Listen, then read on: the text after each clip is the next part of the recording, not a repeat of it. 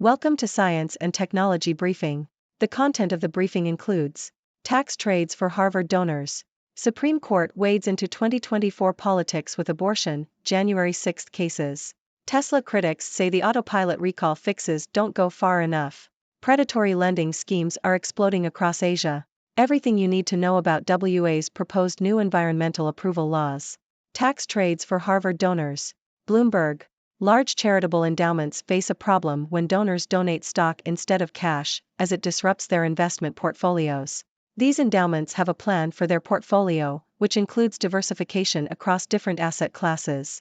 However, when a donor donates a large amount of stock, it can create a concentrated position in the endowment's portfolio that does not align with its investment strategy.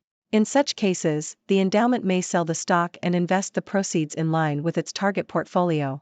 This situation arose when hedge fund manager Bill Ackman donated shares of Korean e-commerce company Kuong to Harvard University.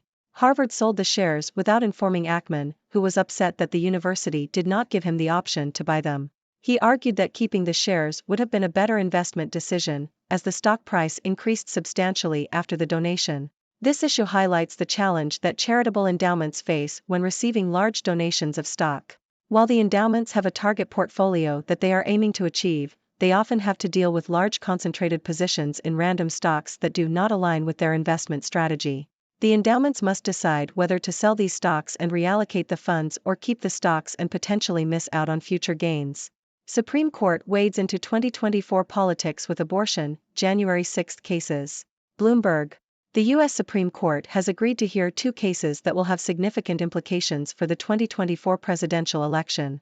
The first case involves an appeal by the Biden administration to a ruling that would limit access to mifepristone, a pill used in over half of U.S. abortions. The second case involves the prosecution of former President Donald Trump for his alleged role in the January 6 Capitol riot. The court's decision on these cases could have a major impact on the 2024 election and could potentially delay or dismiss charges against Trump. Tesla critics say the autopilot recall fixes don't go far enough. Bloomberg. Tesla has announced it will fix more than 2 million vehicles' autopilot driver assistance systems following a federal investigation that found the system does not do enough to guard against misuse. While the company's decision was praised by some safety advocates, others said additional steps needed to be taken to ensure full driver attention. These included requiring drivers to have good driving scores to access autopilot and preventing use on certain roads. After the recall was announced, Tesla's largest ever, some said the company should have acted sooner. Predatory lending schemes are exploding across Asia. Bloomberg. Organized crime groups from China are working with local partners in India to operate predatory lending apps that skim users out of money, according to experts. The scammers often advertise quick personal loans on social media accompanied by fake customer testimonials, and convince users to download an app. Once the app is downloaded, the scammers gain access to users' contact lists and photo rolls, and use this information to pressure users into paying large sums of money. In some cases, borrowers who have paid off their loan continue to receive threats demanding more money. Everything you need to know about WA's proposed new environmental approval laws. ABC. The Western Australian government plans to overhaul the state's Environmental Protection Authority, EPA, which is responsible for examining the environmental impact of projects such as mining and infrastructure developments. The reforms are aimed at addressing concerns that the EPA has become too slow and complex, leading to delays and deterring potential investors. Premier Roger Cook has announced that the government will provide additional funding and resources to address bottlenecks and streamline approval processes. The EPA board will also be expanded, and a new role of Coordinator General will be created to ensure priority projects run smoothly. The proposed changes have been welcomed by the mining industry and business sector, but have raised concerns among environmental groups regarding the potential impact on the EPA's independence. The government also aims to address what it calls environmental lawfare, whereby environmentalists use legislation and appeals processes to slow down developments. Legislation for the overhaul is expected to be introduced to Parliament in the first half of 2024. An AI oversight. Foreign Affairs. The author of this response, Mark Rotenberg, criticizes Ian Bremmer and Mustafa Suleyman's essay on the future of artificial intelligence, AI, for ignoring the significant global policy work that has already been done in the field. The author mentions various initiatives and guidelines, such as the 2018 Universal Guidelines for AI and the EU's forthcoming AI Act, that have been developed to regulate and govern AI. Rotenberg argues that Bremer and Suleiman's essay fails to acknowledge these efforts and suggests that their approach makes AI governance appear more difficult than it actually is. The author emphasizes the importance of building on prior AI governance efforts and paying attention to how governments are already addressing emerging challenges in technology. Luis Barroso, who supercharged Google's reach, dies at 59. New York Times. Luis Barroso, the Google engineer who transformed the way the internet was built by redesigning Google's computer data centers, has died at the age of 59. Barroso was responsible for reconfiguring Google's data centers so that they functioned as a single machine, allowing any site to reach billions of people almost instantly and consistently. He and Urs Hölzl, Google's first VP of engineering, treated the data center as one massive computer and ensured that if one machine failed, others would pick up the slack. Barroso's work meant that Google's entire global network of data centers behaved as a single machine. Other companies, including Amazon and Facebook, followed suit and began building their own data centers in the same way. Barroso was also a musician and played the guitar almost every day. According to Hölzl, Barroso's music was a vital part of his work at Google and helped to create a relaxed atmosphere when there were disagreements. What car owners should know about the Tesla autopilot recall. New York Times. Tesla will automatically send software updates to its vehicles to address concerns from federal auto safety regulators about its autopilot feature. The updates will include new warnings and checks to ensure that drivers are paying attention to the road while using the autopilot feature.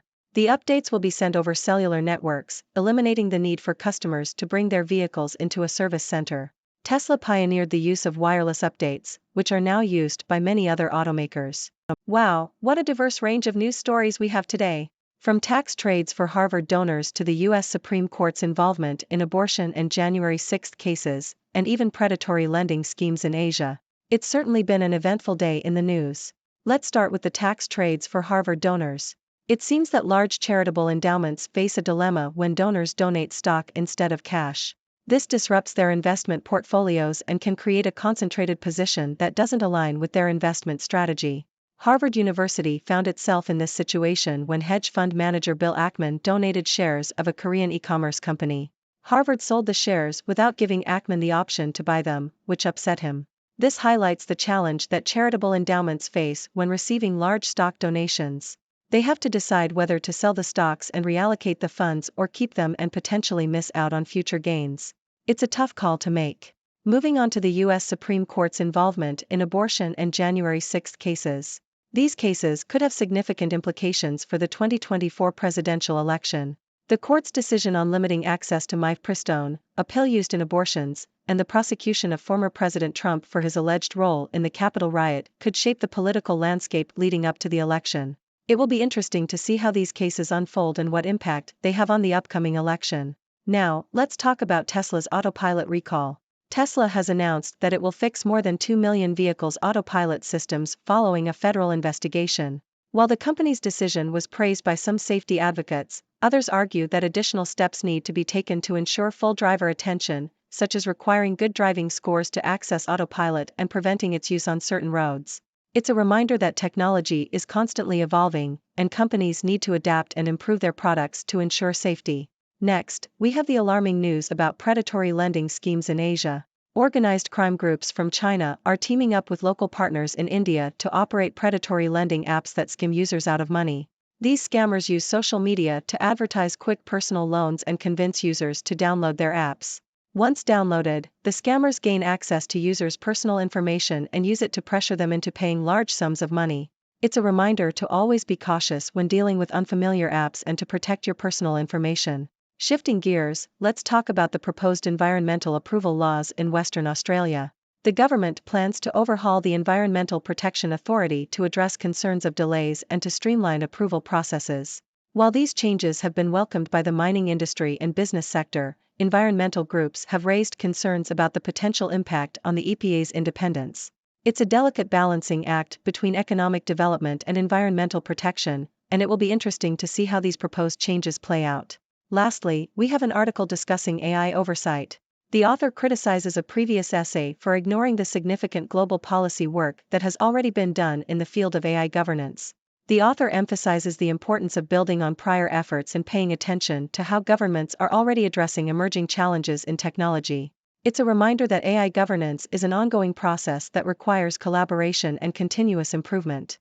Well, that wraps up today's news. It's been quite a ride, from tax trades to Supreme Court cases, from Tesla's autopilot recall to predatory lending schemes and proposed environmental approval laws. Remember, these are just my observations, and I'd love to hear your thoughts too.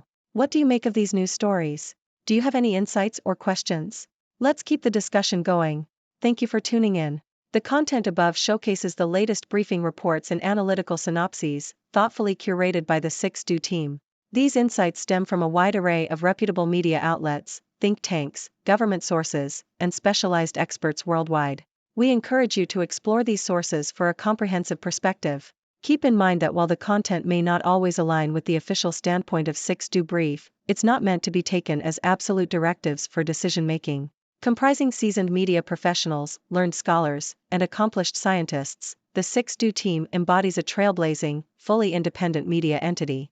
To customize 6Do Brief to meet your professional needs, you have the option to subscribe to a diverse array of briefings on our website, 6dobrief.com.